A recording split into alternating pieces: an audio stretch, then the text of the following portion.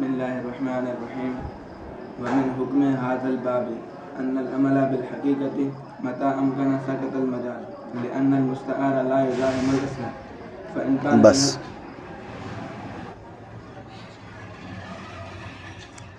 بسم اللہ الرحمن الرحیم. باب حقیقت و مجاز کے کئی احکام ہیں، بعض کا پہلے ذکر ہو چکا. ان میں سے ایک حکم یہ ہے کہ حقیقت پہ عمل ممکن ہو تو مجاز ساقط ہے. حقیقت پہ عمل ممکن ہو تو مجاز ہے، بس اتنی سی بات ہے. ٹھیک ہو گیا، مانا کریں. اور اس باب کے حکم سے ہے کہ عمل بالحقیقت جب ممکن ہو مجاز ساقط ہے. حکم ھذا الباب کے بجائے کہا من حکم ھذا الباب، اس لیے کہ اس کا صرف ایک حکم نہیں ہے، کئی احکام ہیں جن میں سے بعض ادھر بھی بیان ہو چکے ہیں. اس لیے کہا کہ من حکم ھذا الباب، اس باب کے اور بھی احکام ہیں، ان احکام میں سے ایک حکم یہ بھی ہے. اب بات سمجھے نہیں سمجھے؟ ٹھیک ہو گیا. تو کیا وجہ ہے جب تک حقیقت پر عمل ممکن تو مجاز کیوں ساقط؟ جب تک حقیقت پر عمل ممکن تو مجاز کیوں ساقط؟ تو اس کا انہوں نے جواب دیا لأن المستعار لا یزاحم الاصل. مجاز کیا ہے؟ مستعار ہے. حقیقت کیا ہے؟ وہ اصل ہے. یہ یوں کہیے کہ حقیقت کے لیے وہ لفظ حقیقی معنی کے لیے وہ لفظ اصل ہے اور مجازی معنی کے لیے وہ لفظ مستعار ہے. تو جو اصل ہے اس کے ساتھ جو مستعار ہے وہ مزاحم نہیں ہو سکتا. بات سمجھ رہے ہو؟ اصل سے مستعار مزاحم نہیں ہو سکتا. مستعار یہ نہیں کہہ سکتا کہ نہیں مجھے تو اصل ہٹ جا اور مجھے یہاں بیٹھنے کی اجازت دے. بھئی آپ اپنی حیثیت دیکھیں اور اس حیثیت کے مطابق بات کریں. آپ کی حیثیت ہے مستعار والی، ٹھیک ہے نا. آپ کو اگر کوئی چیز مل جاتی ہے تو آپ اس کو غنیمت جانیں، جائے کہ آپ اصل کو ہٹا کر وہاں بیٹھنے کی کوشش کریں.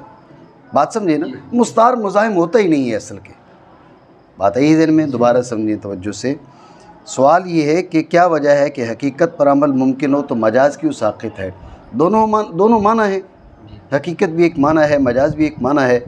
تو حقیقت پر عمل ممکن ہو تو مجاز ساقط کیوں ہے؟ تو اس کا جواب دیا کہ لأن المستعار لا یزاحم الاصل. بات یہ کہ معنی مجازی کے ہیں وہ مستعار کے درجہ میں ہیں، معنی حقیقی اصل کے درجہ میں ہیں. جیسے مستعار اصل سے مزاحم نہیں ہو سکتا، اسی طرح معنی مجازی معنی حقیقی سے مزاحم نہیں ہو سکتا. بات ہے یہ ذہن میں، معنی کریں، کیونکہ مستعار نہیں مزاحم ہوتا اصل کے. جی پڑھیں. إن كانت الحقيقة متعذرة حقیقت یا حقیقتو؟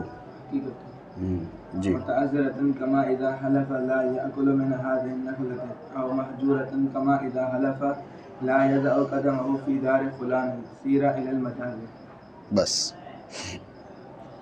یہ تو قاعدہ بیان کر دیا کہ ان العمل بالحقیقت متى امکن سقط المجاز. ان العمل بالحقیقت متى امکن سقط المجاز، جب تک حقیقت پر عمل ممکن ہے مجاز ساقط ہے. توجہ ہے، یہ بات تو بیان کر دی، لیکن کچھ تفصیل بھی ہے. وہ کیا؟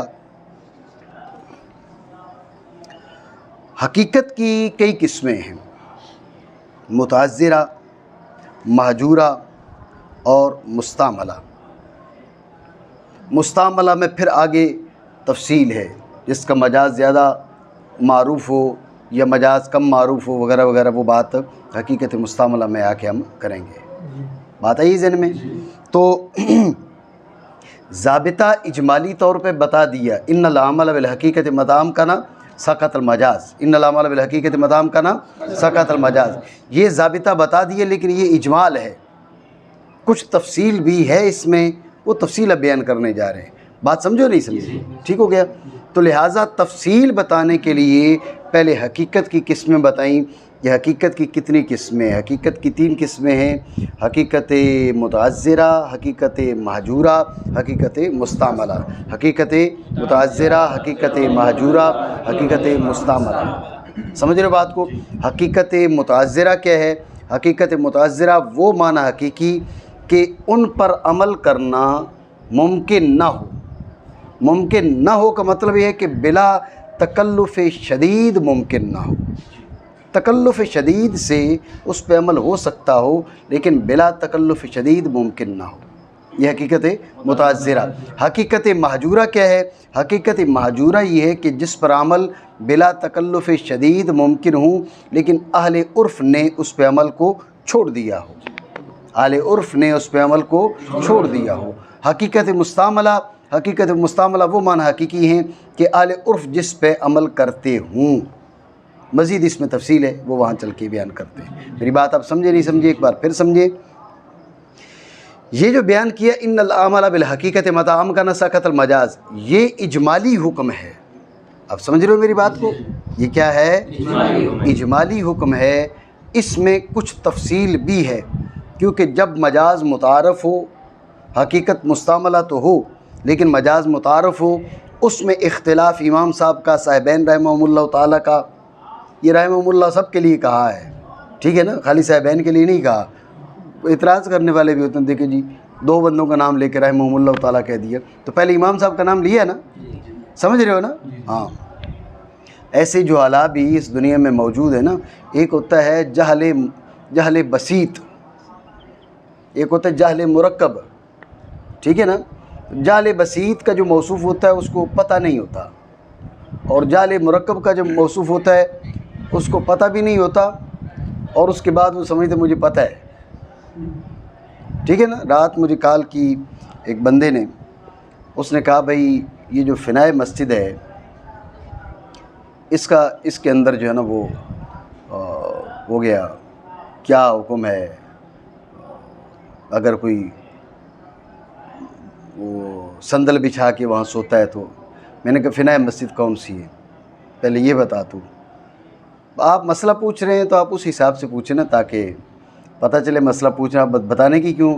اس نے کہا نہیں دیکھیں جی کمرے کے اندر جو ہے وہ عین مسجد ہوا، کمرے سے باہر جو ہے وہ فنائے مسجد ہوا۔ میں نے کہا آپ کو یہ کس نے بتایا؟ اس نے پتہ نہیں قانون شریعت کا حوالہ دیا یا فلاں فلاں۔ میں نے کہا میرے بھائی تمہیں پڑھایا کس نے؟ اس نے کہا مجھے کسی نے نہیں پڑھایا، میں نے خود پڑھ لیا ہے۔ تو میں نے کہا بھائی مسجد کے کمرے کا اندر عین مسجد اور کمرے سے باہر فنائے مسجد، میں نے کہا ایسا نہیں ہے۔ اس نے کہا تو آپ بتاؤ کیا ہوتا ہے؟ میں نے کہا میرے بھائی آپ مسئلہ پوچھنے کے لیے آپ نے سوال کال کی ہے نا، تو وہ پوچھنے والے انداز میں آپ بات کریں۔ تو میں نے پھر اس کو سمجھایا کہ بھائی فنائے مسجد یہ مسجد کے کمرے سے باہر کا جو جگہ ہے عین مسجد کے اندر، تو یہ فنائے مسجد نہیں، فنائے مسجد اس مسجد سے باہر کا وہ ایریا، وہ جگہ کہ جو ضروریات مسجد کے لیے ہو، اور اس کے اور جو اعلیٰ حضرت رحمۃ اللہ تعالیٰ علیہ نے بھی تعریف ذکر کی ہے، اس کے اور مسجد کے بیچ راہ عام وہ حائل نہ ہو، وہ سارا فنائے مسجد شمار ہوتا ہے۔ یہ سارا فنائے مسجد ہے، ابھی ہم کمروں میں بیٹھے ہیں نا، یہ فنائے مسجد ہے، یہ مسجد ہے۔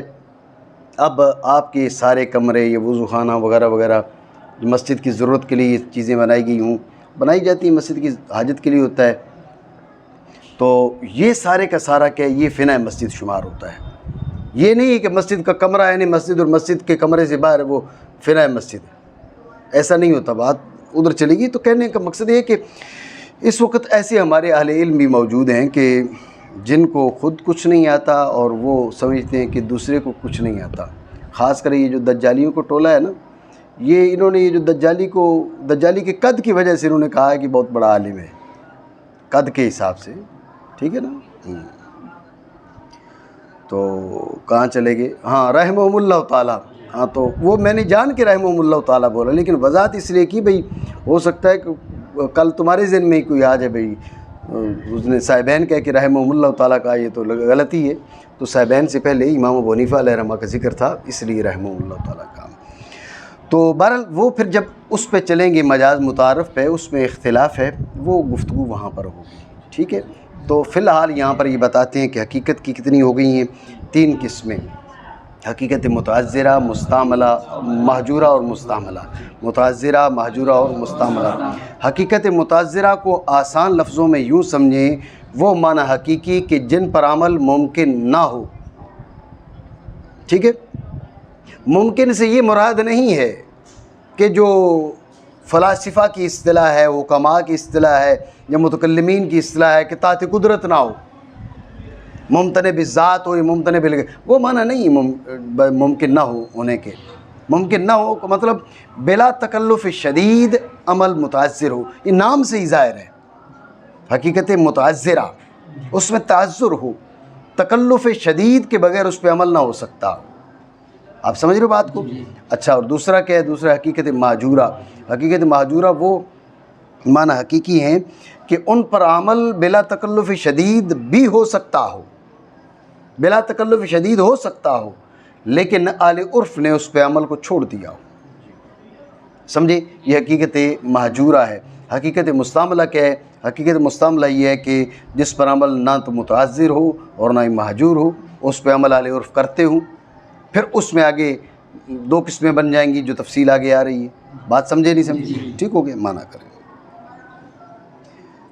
پس اگر حقیقت متعذرہ ہو یا مہجورہ ہو، ٹھیک ہے، یہ دو، حقیقت متعذرہ اور حقیقت مہجورہ، یہ دونوں کا حکم بیان کر رہے ہیں سیرہ الی المجاز، کوئی اختلاف نہیں ہے۔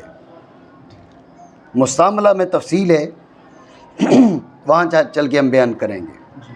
حقیقت متعذرہ میں اور حقیقت مہجورہ میں کوئی اختلاف نہیں ہے۔ جب آپ نے حقیقت متعذرہ کا تکلم کیا یا حقیقت مہجورہ کا تکلم کیا، بے اتفاق العلماء الثلاثہ، علماء ثلاثہ جب بولا جاتا ہے تو مراد امام اعظم ابو حنیفہ، امام ابو یوسف اور امام محمد رحمہ اللہ تعالیٰ ہوتے ہیں۔ سمجھے بات کو؟ ذہن میں رکھیں، یہ فقہ کی اپنی اصطلاحات ہیں۔ اگر مشائخ بولا جائے تو پھر یہ علماء نہیں مراد ہوتے۔ اگر جیسے ہدایہ شریف میں اس میں یہ مشائخ کا قالت المشائخ، تو مشائخ سے مراد یہ علماء نہیں ہے۔ کیا یہ مشائخ نہیں ہو سکتے؟ مشائخ سے تو بڑے ہیں، لیکن مشائخ جب بولا جائے تو یہ حضرات مراد نہیں ہوتے۔ قالت الائمۃ الثلاثہ، اب یہ تینوں امام مراد ہوں گے، ٹھیک ہے نا۔ امام ثانی بولا جائے تو امام ابو یوسف، امام ثالث تو امام محمد۔ بات آپ سمجھ رہے ہو نا؟ ٹھیک ہے، مانا کریں۔ بس اگر حقیقت متعذرہ ہو یا مہجورہ ہو، پھرا جائے گا مجاز کی جانب۔ ٹھیک ہو گیا؟ حقیقت متعذرہ کی مثال، اس نے قسم کھائی واللہ لا آکل من هذه النخلہ، میں یہ جو کھجور ہے نا، میں اس سے نہیں کھاؤں گا، میں اس کھجور سے نہیں کھاؤں گا۔ سمجھ رہے ہو بات کو؟ میں کیا؟ تو اب کھجور سے کھانا تو متعذر ہے۔ اب کھجور سے کیسے کھایا جائے گا؟ وہ کھجور کے ٹکڑے کرے، جی، اس کے پتوں کے یا اس کی لکڑی کے، اس کو پیس کے پھانکے، ایسے وہ گلے سے اترے گا نہیں۔ وہ تھوڑا تھوڑا کر کے پھر ساتھ اس کی پانی یا کوئی اور لیکوڈ چیز کے ساتھ اس کو کیا کرے، وہ اتارے گلے سے، حلق سے۔ آپ سمجھ رہے ہو؟ تو عمل ہو سکتا ہے، یہ نہیں کہ نہیں ہو سکتا، ہو سکتا ہے، لیکن متعذر ہے، بلا تکلف شدید ہو نہیں سکتا۔ اتنا تکلف کہ اس کو کاٹے، اس کو پیسے، ٹھیک ہے نا، پیسنے کے بعد پھر وہ پھکی کی صورت بنا کے تھوڑا بہت اس کو ڈال کے منہ میں، اس کے بعد جو ہے نا وہ پانی پیے، تو یہ بغیر تکلف شدید کے اس پہ عمل ممکن نہیں۔ یہ ہے حقیقت متعذرہ۔ بات آپ سمجھے نہیں سمجھے؟ ٹھیک ہو گیا؟ حقیقت مہجورہ، واللہ لا ادع قدمی فی دار فلان، فلاں کے گھر میں پاؤں نہیں رکھوں گا۔ اب پاؤں رکھنا متعذر نہیں ہے۔ آپ اس کے دروازے کے باہر جا کے کھڑے ہوں، جوتا اتاریں اور یوں اندر پاؤں رکھ دیں، ٹھیک ہے، پاؤں تو رکھ دیا، پاؤں رکھنا تو متعذر نہیں ہے، لیکن اہل عرف اس کے یہ معنی لیتے نہیں۔ جب آپ کسی کو کہتے ہیں میں تیرے گھر میں پاؤں بھی نہیں رکھوں گا، اس کا یہ مطلب تھوڑا ہی ہوتا ہے بھئی میں داخل تو ہوں گا تیرے گھر میں، لیکن جتنی دیر بیٹھا رہوں گا میں جوتا پہن کے رکھوں گا، جوتا اتار کے پاؤں میں تیرے گھر کے اندر رکھوں، میں یہ نہیں کروں گا۔ کیا اس بات کا کوئی ارادہ کرتا ہے؟ آپ جب یہ جملہ بولتے ہیں تو یہ معنی کوئی سمجھتا ہے؟ یہ معنی کوئی نہیں سمجھتا، سمجھو بات کو۔ تو آپ کی جو گفتگو ہوتی ہے وہ معمول ہوتی ہے معنی عرفی پر۔ اسی لیے جب اس دجالی نے یہ بات کی تو ہم نے اس کو پکڑا اور اس میں عرف کو سامنے لایا، بھئی عرف میں یہ بے ادبی ہے لہذا بے ادبی ہے، ٹھیک ہے۔ تو ان جہلاء نے کیا اعتراض شروع کر دیے، اگر معنی عرفی حجت ہے تو فلاں جگہ پر، اگر معنی عرفی ہے تو فلاں، یہ اعتراض ہی جاہلانہ ہے، کیونکہ آپ کی فکر جا بجا کہہ رہی ہے کہ آپ کے جو مسائل ہیں، فقہی مسائل ہیں، ان کی ایک بہت بڑی تعداد، اگر کہا جائے نا کہ نصف سے زائد، تو اس میں مبالغہ نہیں ہوگا، ایک بہت بڑی تعداد مسائل کی وہ مبنی بر عرف ہے۔ بالخصوص ذہن میں رکھنا، ادب کا اور بے ادبی کا جو معیار ہے وہ عرف ہے، ٹھیک ہے نا۔ یہ آپ کے یہاں ہوتا ہے نا گھٹنے پہ ہاتھ لگاتے ہیں، پاؤں پہ بھی ہاتھ لگاتے ہیں، ہمارے علاقے میں نہیں ہے، ٹھیک ہے۔ تو آپ کے ہاں یہ بالکل انتہائی ادب ہے، اس میں کسی قسم کی کوئی قباحت نہیں ہے۔ آپ کے یہ ہاتھ بھی جوڑتے ہیں، یہ بھی تعظیم ہے، تکریم ہے، یہ علاقائی لحاظ ہے۔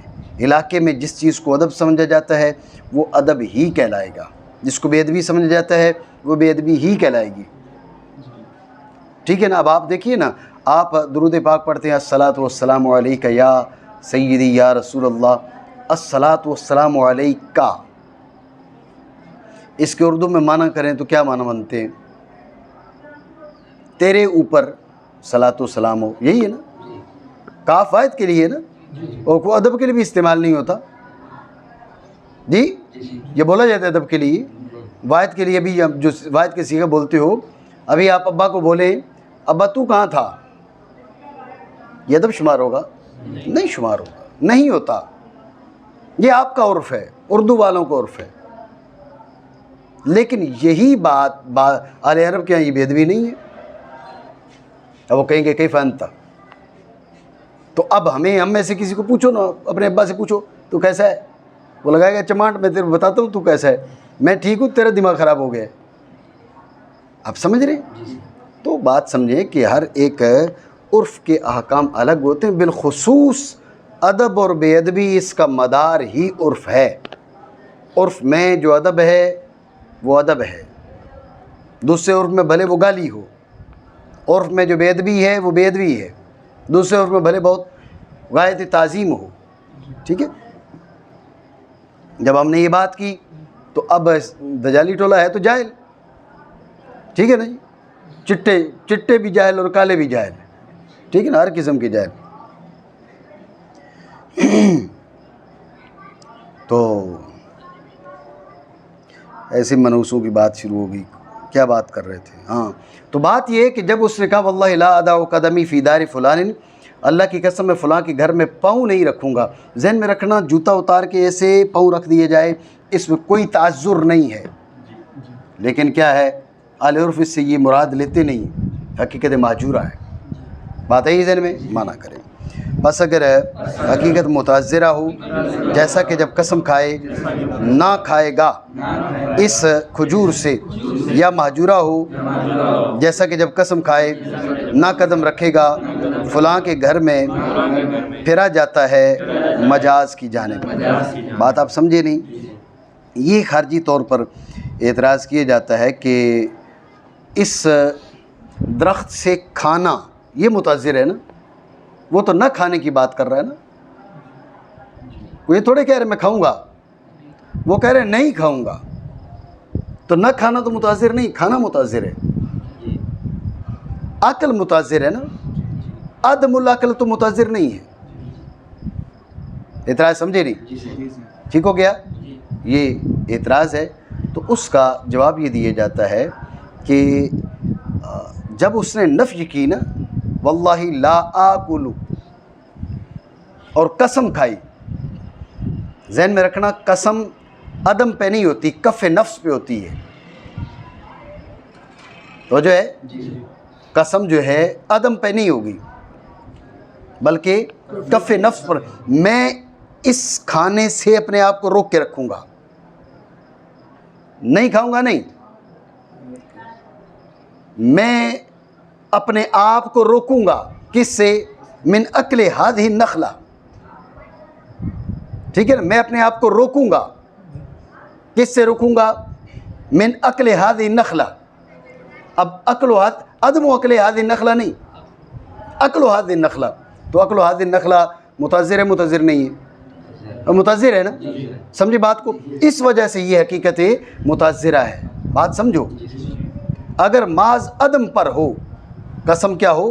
عدم پر ہو، تو عدم تو متضر نہیں ہے، نہ کھانا، جب اس نے کہا نہ کھانا، اب وہ کہے میں آسمان نہیں کھاؤں گا تو کہہ سکتا ہے، میں سورج نہیں کھاؤں گا، میں چاند نہیں کھاؤں گا، میں زمین نہیں کھاؤں گا، میں ساری کی ساری زمین نہیں کھاؤں گا، جی، تو نہ کھانے والی بات تو ہو سکتی ہے، عدم کی بات کی جا سکتی ہے، لیکن جب قسم کھا رہا ہے، توجہ رکھیں، قسم کھا رہا ہے تو قسم اپنے فعل اختیاری پر کھا رہا ہے نا، جو اس کے تحت قدرت ہے، تو تحت قدرت کے کف نفس ہے، میں روکوں گا اپنے آپ کو، کس سے؟ من اکل ہذہ النخلہ، اس کھجور کو کھانے سے، سمجھ رہے بات کو؟ اس کھجور کو کھانے سے، اب کھجور کو کھانا یہ کیا ہے؟ یہ متعذر ہے، کیا ہو گیا؟ ہاں صحیح، بات آپ سمجھے نہیں؟ ٹھیک ہو گیا؟ جیسا کہ جب قسم کھائے کہ نہ کھائے گا اس کھجور سے، یا مہجورہ ہو، جیسا کہ جب قسم کھائے نہ رکھے گا قدم فلاں کے گھر میں، جایا جائے گا مجاز کی جانب، لیکن ذہن میں رکھنا اگر اس نے حقیقت کی نیت کی، نیت اس کی معتبر ہے، لیکن ہر وہ مقام جہاں پر اس پہ تخفیف ہو تو قضاً اس کی بات نہیں مانی جائے گی، ٹھیک ہے نا؟ اس نے قسم کھائی کہ بھئی اگر میں فلاں کے گھر میں پاؤں رکھوں تو بیوی کو طلاق، یوں قسم کھائی، سمجھ رہے ہو؟ تو اب وہ اس نے کیا کیا؟ اس نے جوتا پہن کے اس کے گھر داخل ہو گیا، جوتا پہن کے اس کے گھر داخل ہو گیا، تو اب اس کی بیوی نے کہا بھئی اس نے تو قسم کھائی تھی، لہٰذا مجھے، بیوی کہہ رہی بھئی طلاق ہو گئی مجھے، سمجھ رہے ہو؟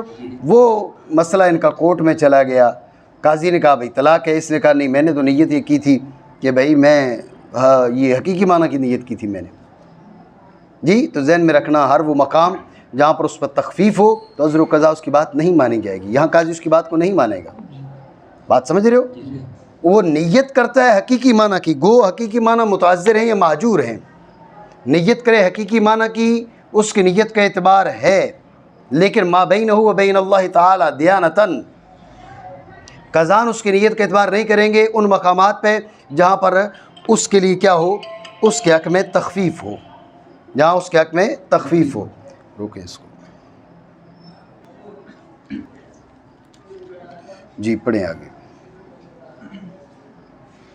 وعلى هذا قلنا إن التوكيل بالخصومة ينصرف إلى مطلق الجواب لأن الحقيقة مهجورة شرعا والمهجور شرعا بمنزلة المهجور عادة ألا ترى أن من حلف لا يكلم هذا الصبي لم يتقيد بزمان صباه لأن هجران الصبي مهجور شرعا۔ بس اب یہاں ایک اور مسئلہ بیان کر رہے ہیں کہ ایک ہے مہجور عادتاً عرفاً اور ایک ہے مہجور شرعاً۔ ذہن میں رکھیں مہجور شرعاً جو ہے وہ مہجور عادتاً اور عرفاً کے درجہ میں ہے، جو مسئلہ بیان کیا اس کا اصل یہ ہے، سمجھے بات؟ کہ ایک ہے مہجور عادتاً و عرفاً، ایک ہے مہجور شرعاً۔ جو مہجور شرعاً ہے وہ مہجور عادتاً و عرفاً کے درجہ پہ ہے، بات سمجھے؟ مثال سمجھے، اس نے کسی کو وکیل بنایا اپنا، بھئی میرا فلاں سے جھگڑا چل رہا ہے تو میرا وکیل ہے، تو وکیل بالخصومت کے حقیقی معنی، وکیل بالخصومت کے حقیقی معنی یہ ہے وہ ہاں بولے تو نہ بولنا، وہ نہ بولے تو ہاں بولنا، اور جھگڑا تو ہوگا ہی جبھی نا، وہ ہاں بولے تو ہاں بولے، وہ نہ بولے تو نہ بولے، پھر تو جھگڑا نہیں بنے گا۔ وکیل بالخصومت کے حقیقی معنی یہی بنتے ہیں کہ وہ جو بات کرے تو نے اس کا رد کرنا ہے، جھگڑا ہوگا ہی تبھی، بات سمجھے؟ تو نے کوئی بات ماننی نہیں ہے، یہ ہے حقیقی معنی۔ لیکن ذہن میں رکھیں، شریعت اس بات کی اجازت نہیں دیتی کہ وہ سچ بولے تو جھوٹ بول، وہ جھوٹ بولے تو سچ بول۔ وہ کہے کہ تو نے 1000 روپے دینے ہیں اور تو نے دینے ہوں، تو جب بھی کہ نہیں دینے، بات ہے ذہن میں؟ تو شریعت اس بات کی اجازت نہیں دیتی۔ جب شریعت اس بات کی اجازت نہیں دیتی تو اس کے حقیقی معنی عذر شرع محجور ہیں، عذر شرع محجور ہیں۔ جب عذر شرع محجور ہیں تو عذر عرف و عادت بھی محجور ہیں۔ عرف میں بھی آپ وکیل کو یہ اجازت نہیں ہے کہ بھئی وہ سچ بولے یہ جھوٹ بولے، وہ جھوٹ بولے یہ سچ بولے، وہ ہاں کرے یہ نہ کرے، وہ نہ کرے یہ ہاں کرے، نہیں، بلکہ کہ مطلق جواب۔ وکیل بالخصومت مطلق جواب دے گا، جو وہ غلط بات کرے اس کا رد کرے گا، جو وہ ٹھیک کرے اس کو مانے گا۔ اب یہ بندہ اٹھ کے نہیں کہہ سکتا بھائی نہیں میں نے تو تمہیں جھگڑے کا وکیل بنایا تھا، تو نے جھگڑا کیا ہی نہیں ہے، تو ساری باتیں مان کے آ گیا ہے۔ تو وہ کہے گا بھئی بات یہ ہے کہ جھگڑے کے وکیل کا یہ مطلب نہیں ہے کہ میں اسے جھگڑا کروں گا، جھگڑے کے وکیل کا مطلب ہے کہ میں اس کی بات کا جواب دوں گا، اگر غلط کرے گا تو میں رد کروں گا، ٹھیک بات کرے گا تو اب وہ تو ٹھیک بات کر رہا ہے نا جی، مجھے شریعت اجازت نہیں دیتی۔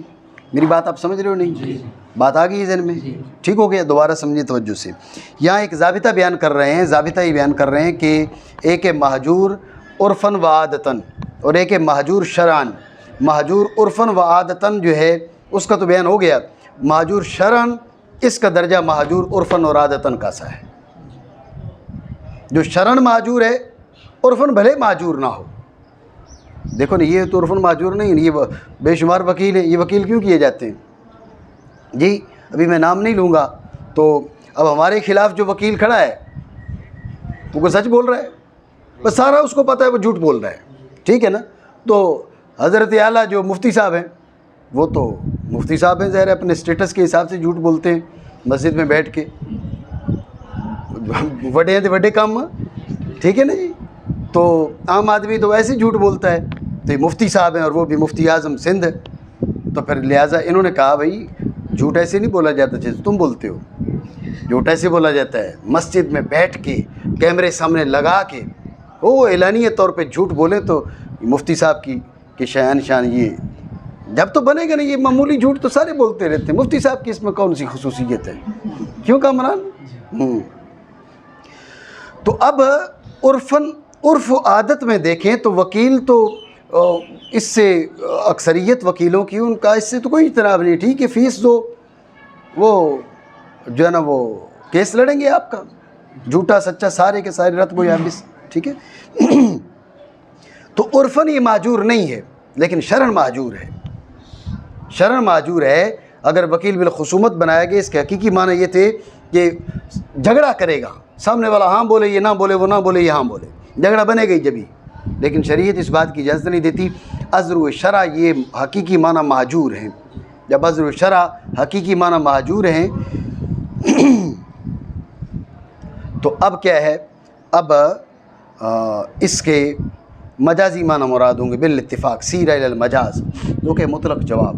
وہ غلط بات کرے گا تو آپ نہ کرو گے، اگر وہ ایسی بات کرے گا کہ جو درست ہے، تم نے کوئی حق دینا ہے یہ بات کرے گا تو پھر آپ ہاں کرو گے، آپ نہ نہیں کر سکتے، بات آپ سمجھے نہیں؟ ٹھیک ہو گیا؟ تو یہ ہے عذر و شرع مہجور، وما هو مہجور شرعا فهو مہجور عرفا و عادتا۔ اب عرف و عادت میں بھی اس بات کی اجازت نہیں ہے، مسلمان ہو نا الحمدللہ، تو اب کیا ہے وہ کرنا پڑے گا، وہ جواب میں جھگڑا نہیں کیا جا سکتا بلکہ سچی بات کی جائے گی، ٹھیک ہے؟ لیکن اللہ پناہ عطا فرمائے اور اللہ ہم لوگوں کو بھی ہدایت عطا فرمائے۔ حل افسد الدین الا الملوک و احبار سوء و رہبانها، دین میں فساد کرنے والے 3 بڑے گروہ ہیں، ایک بادشاہوں کا، ایک جھوٹے مولویوں کا اور تیسرے جھوٹے پیروں کا، انہوں نے سارے فسادات کیے ہوئے ہیں۔ میں پچھلے دن ایک مولوی کو سن رہا تھا، وہ کہہ رہا تھا لوگوں نے دین میں خرابیاں پیدا کر دی۔ میں نے کہا کہ بھئی اپنے گریبان میں نہیں جھانکنا، ہم نے کیا کیا ہے جی؟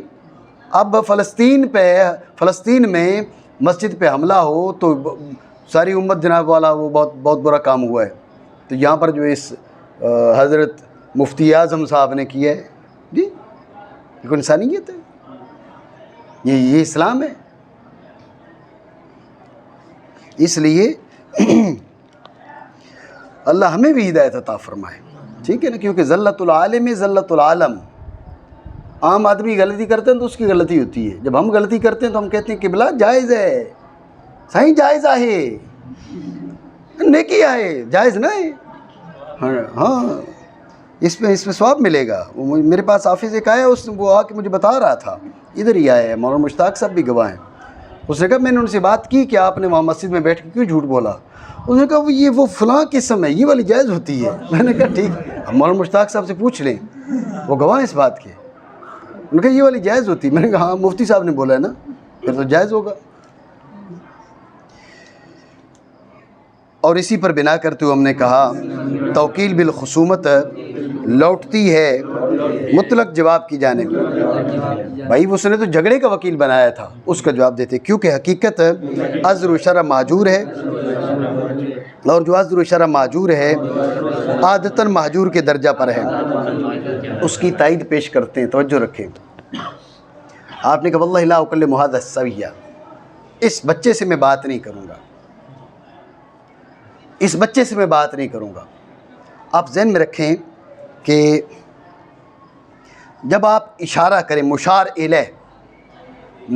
الیہ میں جو وصف ہوتا ہے بالعموم معتبر نہیں ہوتا، لیکن جب وہ وصف یمین پر حامل بننے کی صلاحیت رکھے تو اب وہ معتبر ہوتا ہے۔ بات پہ توجہ دینا، اگر مشار الیہ نہ ہونا، واللہ لا اکلم صبیا، میں کسی بچے سے بات نہیں کروں گا، اب جو قسم ہے وہ بچے ہی کے بارے میں ہے، وہی بچہ اگر بڑا ہو جائے گا یا کوئی بھی بچہ بڑا ہو جائے گا تو اس سے گفتگو کرنے سے قسم نہیں ٹوٹے گی، وہ مشار الیہ نہیں ہے، بات اس کی نہیں ہو رہی۔ واللہ لا اکلم ھذا الصبیہ، یہ اشارہ کر رہے ہیں، آپ سمجھ رہے ہو، اشارہ کیا جا رہا ہے۔ تو مشار الیہ میں وصف معتبر نہیں ہوتا، لیکن وہی وصف اگر حامل بر یمین بننے کی صلاحیت رکھے تو معتبر ہوتا ہے۔ یہ ضابطہ سمجھ لو، عرف میں، شریعت کی بات نہیں ہو رہی، عرف میں جب بات کی جائے مشار الیہ کی، اشارہ کر کے بات کی جائے تب وصف معتبر نہیں ہوتا، ذات معتبر ہوتی ہے، لیکن وصف اگر حامل بر یمین بن سکے تو وصف معتبر ہوگا، وصف حامل بر یمین بن سکے تو وصف معتبر ہوتا ہے۔ سمجھی بات کو؟ واللہ لا اکلم ھذا الصبیہ، میں اس بچے سے بات نہیں کروں گا، اب ہے مشار الیہ، لیکن یہ جو وصف ہے یہ حامل بر یمین بن سکتا ہے، بچپنے کی وجہ سے بیوقوفیاں کرتا ہے، گالیاں دیتا ہے، بدتمیزیاں کرتا ہے، اس کا بھائی اس بچے سے بات نہیں کروں گا، بڑا ہوگا تو پھر تمیز آئے گی تو اس سے میں بات کروں گا، بھی بدتمیز ہے اس سے بات نہیں کروں گا۔ میری بات سمجھ رہے ہو؟ تو یہ وصف حامل بر یمین بن سکتا ہے، تو ذہن میں رکھیں عذر عرف یہ حامل بر یمین بن سکتا ہے، لہٰذا عذر عرف کیا ہے، اس سے گفتگو کرنا محجور نہیں ہے، اس سے گفتگو نہ کرنے کی قسم کھانا اس میں یہ محجور نہیں ہے، سمجھے؟ لیکن ذہن میں رکھیں شرع شریف کو دیکھیں، شرع شریف کہتی ہے بچے ایسا کرتے رہتے ہیں نا، بچے ہوتے ہیں، بچے آپ کی ان پہ شفقت ہونی چاہیے، ٹھیک ہے، لہٰذا آپ بچے سے قطع تعلقی کی قسم کھا لیں، شریعت کو پسند نہیں۔ واللہ لیس منا من لم یرحم صغیرنا، جو ہمارے بچوں پر مہربانی نہ کرے وہ ہم میں سے نہیں ہے۔ آپ سمجھ رہے ہو بات کو؟ ٹھیک ہے، اب شریعت نہیں اجازت دیتی کہ آپ بچے سے قطع تعلق کریں، بات ہے ہی ذہن میں، تو لہٰذا بچپنے کی وجہ سے آپ اس سے قطع تعلق کریں، شریعت آپ کو اس کی اجازت نہیں دیتی، تو معذور شرعن ہوا نہ ہوا؟ بولو، معذور شرعن ہوا نا؟ لہٰذا یہ اس وصف کی وجہ سے آپ اس سے قطع تعلق کریں، اس کی شریعت اجازت نہیں دیتی، لہٰذا واللہ لا اکلم ھذا الصبیہ، واللہ لا اکلم ھذا الصبیہ، عذر عرف یہ وصف معتبر ہو سکتا ہے لیکن عذر شرع معتبر نہیں ہو سکتا. عذر شرع اس کا اعتبار محجور ہے. جب عذر شرع اس کا اعتبار محجور ہے تو پھر قسم کا کیا بنے گا؟ ذہن میں رکھنا، قسم واللہ لا اکلم ھذا الشخص، اس شخص سے میں بات نہیں کروں گا. بچپن میں بات کرے جب بھی قسم ٹوٹے گی، یہ 50 سال کا ہو جائے بات کرے جب بھی قسم ٹوٹ جائے گی. کیوں؟ اس لیے کہ حقیقی معنی عذر شرع محجور ہے. نہیں سمجھے؟ دوبارہ سمجھے توجہ سے. اسی مسئلہ کی تائید پیش کرتے ہیں. مسئلہ کیا ہے کہ ماجور شرعن ماجور عادتاً کے درجہ میں ہے. کیا؟ ماجور شرعن ماجور عادتاً کے درجہ میں ہے. اس نے کہا واللہ لا اکلم ھذا الصبیہ. ذہن میں رکھیں قسم کھاتے منکر پر یا معرف پر. قسم کھائے منکر پر تو بالاتفاق وصف معتبر، قسم کھائے معرف پر تو یہ دیکھا جائے گا کہ وہ وصف حامل بر یمین بن سکتا ہے یا نہیں بن سکتا. نہ بن سکے تو پھر وصف معتبر نہیں، حامل بر یمین بن سکے تو وصف معتبر ہوتا ہے. یہ ضابطہ ذہن میں رکھ لو. اس کو بتاؤ کہ کلاس میں ہے تو جو ہے کہ قسم جو ہے وہ منکر پر کھائے گا یا معرف پر کھائے گا. منکر پر کھائے تو بالاتفاق وصف معتبر، اگر معرف پر کھائے تو پھر وہ وصف حامل بر یمین بن سکتا ہے، حامل بر یمین نہیں بن سکتا. حامل بر یمین نہ بن سکے تو اب وصف کا کوئی اعتبار نہیں. حامل بر یمین بن سکے تو اب وہ وصف معتبر ہے. یہ عرفی قاعدہ ہے، شرعی قاعدہ نہیں ہے. سمجھے بات کو؟ جب یہ بات تمہارے ذہن میں آ گئی، اب اس نے کہا واللہ لا اکلم ھذا الصبیہ، اس بچے سے میں بات نہیں کروں گا. جب اس نے کہا واللہ لا اکلم ھذا الصبیہ، اس بچے سے بات نہیں کروں گا، معرف تو ہے، دیکھیں گے کہ یہ ہو سکتا ہے، بن سکتا ہے، حامل بر یمین بن سکتا ہے یا نہیں بن سکتا. حامل بر یمین تو بن سکتا ہے. کیوں؟ اس لیے کہ بچپنے کی وجہ سے وہ ایسی حرکتیں کرتا ہے. انسان بات نہیں کرنا چاہتا، اسے بات کری تو یہ بدتمیزی کرے گا آگے سے. کہ حامل بر یمین بن سکتا ہے. عذر عرف یہ وصف معتبر ہو سکتا ہے. اتنی بات سمجھے؟ ٹھیک ہو گیا. اب آتے ہیں شرع شریف کی جانب. شرع شریف نے کہا کہ بچپنے کی وجہ سے آپ اس کو چھوڑ دیں، یہ آپ کو شریعت اجازت نہیں دیتی. لیس منا من لم یرحم صغیرنا، ہمارا بچہ ہے، مسلمانوں کا بچہ ہے، آپ اس سے قطع تعلق ہی کر لیں، اجازت نہیں ہے. یعنی بچپنے کی وجہ سے قطع تعلق کی شریعت اجازت نہیں دے رہی، لہذا شریعت اس وصف کا اعتبار نہیں کرے گی. لہذا آپ کی جو قسم ہے وہ درست ہے. درست یوں ہے یعنی منعقد ہے. درست ہونے کا مطلب یہ ہے کہ منعقد ہے لیکن اس کے بچپنے کے زمانے کے ساتھ مقید نہیں ہے، بلکہ بچپن میں بات کریں گے جب بھی قسم ٹوٹے گی، 50 سال کا ہو جائے گا بات کریں گے جب بھی قسم ٹوٹے گی. کیوں؟ اس لیے کہ یہ وصف عذر عرف تو معتبر تھا، شریعت نے معتبر نہیں کی، اعتبار نہیں کیا. عذر شرع اس کا اعتبار محجور ہے. وما هو محجور شرعا فهو محجور عرفا وعادتا. بات سمجھے اور نہیں سمجھے؟ ٹھیک ہو گیا؟ مانا کریں. کیا آپ نہیں دیکھتے کہ جس شخص نے قسم کھائی نہ گفتگو کرے گا اس بچے سے، نہ مقید ہوگی اس کے بچپن کے زمانے کے ساتھ، کیونکہ بچے کا ہجران عذر شرع معجور ہے. آپ دیکھیں تائید کس سے پیش کر رہے ہیں؟ تائید فقہی مسئلہ سے پیش کر رہے ہیں. تو یہاں پر بھی وہی بات آپ کر سکتے ہیں، کوئی قرآن کی آیت پیش کرو، کوئی حدیث پیش کرو.